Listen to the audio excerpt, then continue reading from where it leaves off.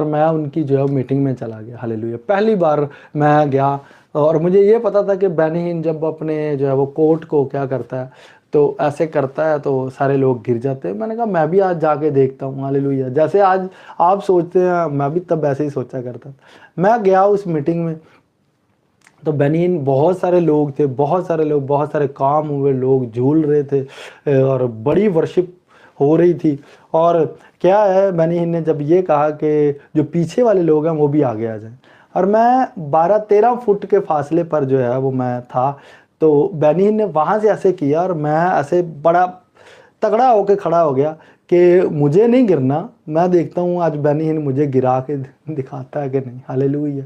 तो जब हमें समझ नहीं होती ना तो तब हम इस तरह की हरकतें करते हैं। हालेलुया। तो जब खुदावन ने मुझे छुआ, पता चला वाकई यहोवा छूता है, इंसान थोड़ी छूता है। हालेलुया। इंसान नहीं